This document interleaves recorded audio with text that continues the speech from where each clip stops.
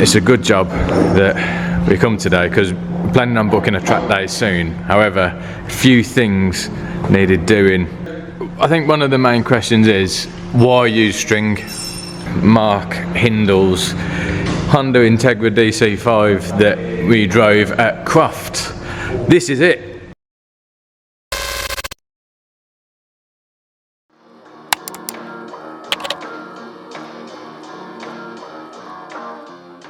So welcome back to another episode of Geared, and today something a little bit different.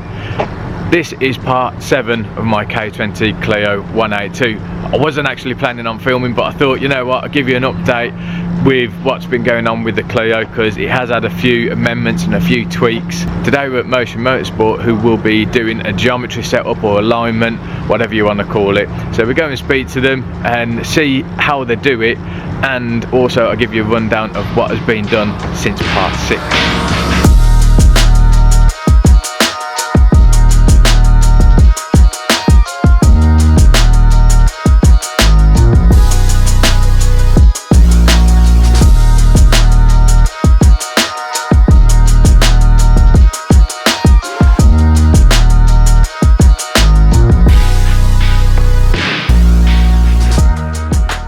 This is Motorsport. So these were based inside of Tegua before 2020, then they moved in during 2020, well, during the pandemic.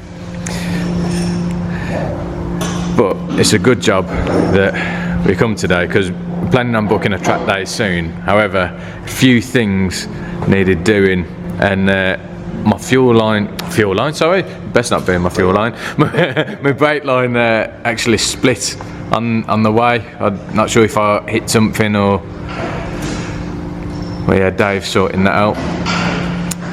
So one of the things that I had done recently, I had a new rear anti-roll bar, and that was white line, and I've had the rear beam all freshly powder coated as well.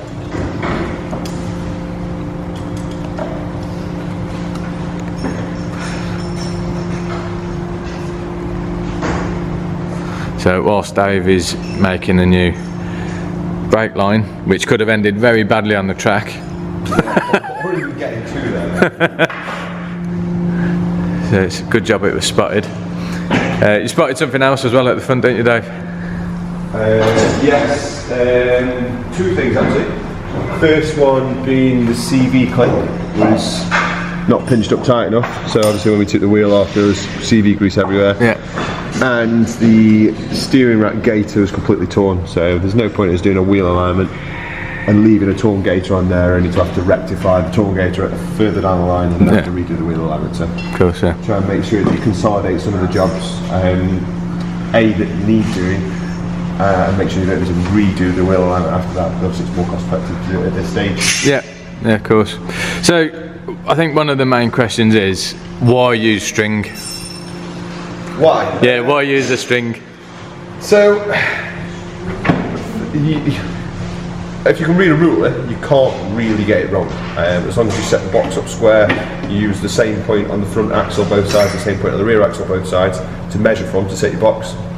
And you have to make sure the wheels are true as well, obviously, but it's the same for any wheel alignment. But ultimately you can't get it wrong. If you can measure the ruler, and there's cars in the centre of the box, what the ruler says is, so say you have 100mm on the front of the wheel and 102 on the rear of the wheel, that means that the wheel is towing out by 2mm. So you can't get it wrong as long as the steering wheel is set in the centre, the box is square. If you're to use lasers, there's an element of calibration that you need to make sure is there. And obviously you have it calibrated periodically, but there's nothing to say that it's not moved in the meantime. Okay. So we use a camber gauge to measure camber and caster at the same time, and you can zero that gauge physically on a spirit level straight away before you do anything, so you know that the gauges are calibrated before you do it, so that you can't really get it wrong. If you can read a number on a gauge and you can read a ruler, there's no reason why you can't get the car completely square. Again, with lasers and things like that, there's always a risk that the calibration is wrong when you're doing it. That's not to say that it ever is, but I like to err on the side of caution and make sure that it's the same every time. We've used this system on all of the race cars that we run ourselves and all the race cars that I've ever worked on during my time as a motorsport technician. Yeah. From Aston Martin GT3 cars to GTE cars at Le Mans. So why change it? Yeah, that's fair enough. So there you have it. That's why they use a string to do the alignment. But we're going to touch on more. We're going to come back one of the days and give you a bit of a lowdown on what Motion Motorsport is, where it comes from, and what they actually do. So we'll do that at some point in the near future. But I'll let these guys crack on and do the alignment. But one thing I will show you, I'll come back to the Clio in a minute. Some of you might remember Mark Hindle's Honda Integra DC5 that we drove at Croft. This is it. Yeah. It doesn't look like much. There's been quite a bit done so far in terms of rectifying some of the rust and stuff.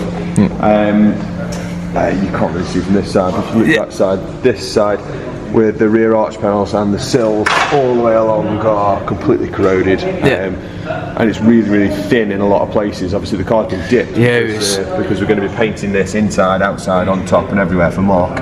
But the car had already been undersealed, so you just do not know what's hiding underneath the current for the seal when it's been done, and also to try and get underseal off a shell with an angle grinder is just nigh on impossible, and you can never ever see how thin the steel is just without doing it to this extent. So that side has had new sills, new rear arch panels, it's had all of the inner flitches and chassis work done on that side. So if you want to crawl under there, I'll have a look, So this side is pretty much complete, as you can see, compared to the other side. Nice and fresh.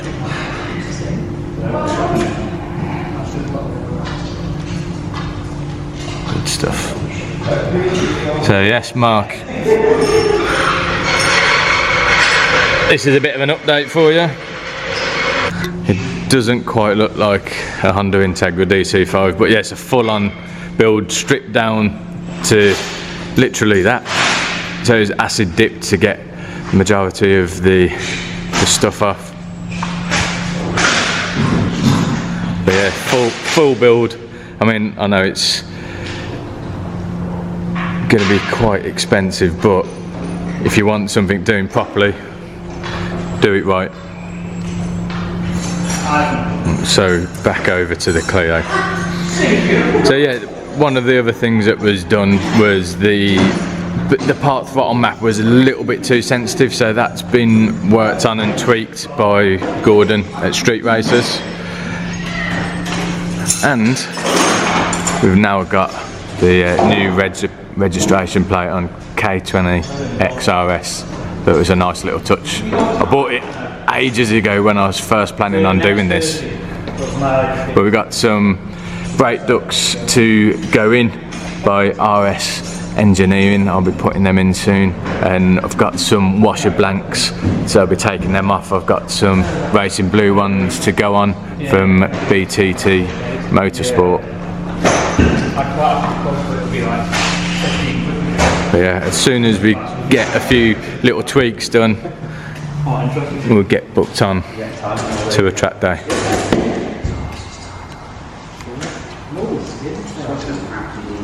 Okay, the man himself, Jake. So what we ended up with on the Geo then, mate? So we got exactly 4.2 both sides on the front for caster, 2.5 on the front for camber, and we've got 2 on the left rear and 2.2 on the right rear. And we've managed to square your rear beam up, so you've got 1.5 in both sides. Okay. In an ideal world, we would now shim that after that, but obviously we've measured it all, we know what you got, so when you come back in the future, we can bang you them shims in and be bang on square then.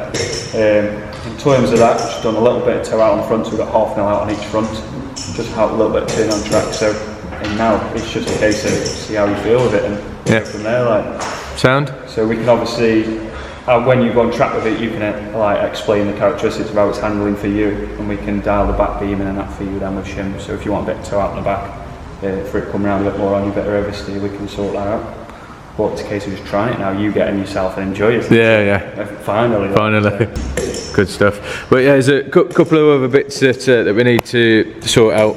One bits to address, isn't there? Yeah, I mean, loom and that, but in one of them, bonnet, it's just because it's been outside a little bit, it's just lost its colour slightly. I've got the kidney grills or grills, whatever you want to call them. I'm going to do them black so they're at home. But yeah, it's pretty much ready to go and enjoy on track. Finally. Yeah. Nice one. Thanks, Jack. no problem. So then that is the alignment all done and ready to go on track. But there is a couple of bits and a few tweaks that I want to do before heading on. Hopefully not next week, maybe the week after, get booked on to Donington and just try an evening session and see what it's like. But yeah, thank you very much to Motion Motorsport. If you don't follow them on Instagram, make sure you follow them, and hope you did enjoy the video. Don't forget to like, comment and subscribe, and I'll see you in the next one. Cheers.